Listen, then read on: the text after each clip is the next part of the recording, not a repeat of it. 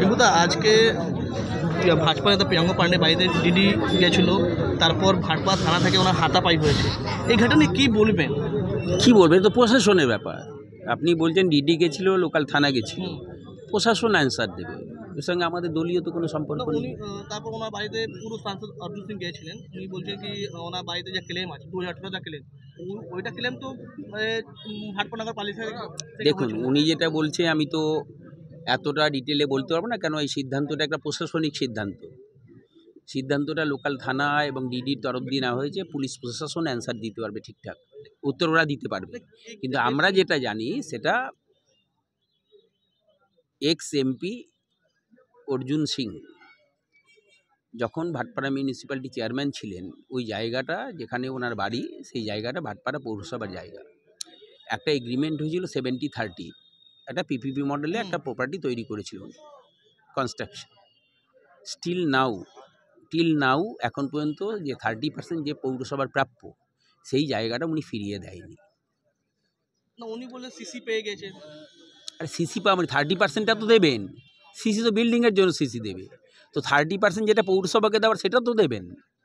খুব আনফর্চুনেট, সাংসদ গেলেন, যদিও উনি বলেন যে ওনার অভিভাবক হতে পারে, তো ওনার তো গিয়ে ওনার কানটা ধরে বলা উচিত যে তোমার যে পৌরসভার যে প্রাপ্য, সেটা আমি থাকাকালীন যে এগ্রিমেন্ট হয়েছে সেটা ফিরিয়ে দাও পৌরসভাকে, সেটাই তো বলা উচিত, তাই না? এই তো ডিসপুট, আর তো কোনো ডিসপুট। এইটা মোমেন্ট হাতাপাই মোমেন্ট হয়ে গেছে ওখানে। হাতাপাই গেছে, উনি দিতে চাইছে না 30%। পুলিশ নোটিশ লাগাতে গেছে, দিতে চাইছে না। এই তো এর তো কোনো, আর এই তো স্টোরিটা তো এটা 30% যে পৌরসভার প্রাপ্য, এটা ফিরিয়ে দিলেই তো হয়ে যায়।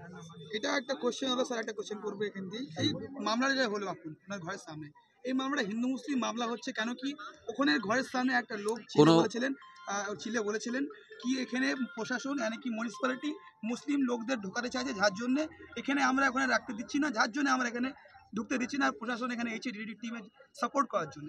এই মামলাটা কি বলতে চাইবেন? যে 30% পৌরসভার প্রাপ্য, এই জায়গাটা যাতে ফিরিয়ে দিতে না হয়, এই অবৈধ কার্যকলাপ, উনি এটাকে সম্পত্তিটাকে রক্ষা করার জন্য উনি একটা সাম্প্রদায়িক বার্তাকে ঢাল করে বাঁচতে চাইছে।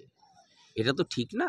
এটা সারা সমাজের স্বাভাবিক পরিস্থিতি, স্বাভাবিক পরিবেশ নষ্ট করার একটা চক্রান্ত, যেটা ভারতীয় জনতা পার্টি সবসময় করে আসে। যখনই দেখে পায়ের তলা দিয়ে মাটি সরে গেছে, কোনো উন্নয়নের কর্মসূচি নেই, কোনো আপনার যদি বলেন কোনো পলিসি নেই, কোনো আপনার কোনো কর্মসূচি নেই, কোনো প্ল্যানিং নেই, রাজনৈতিক কর্মসূচি নেই, সেখানে দাঁড়িয়ে শুধু এদের একমাত্র কর্মসূচি হচ্ছে সাম্প্রদায়িক সম্প্রীতি নষ্ট করা। সেটাকেই নষ্ট করে এই অবৈধ যে সম্পত্তি, সেটাকে রক্ষা করতে চাইছে। ধন্যবাদ।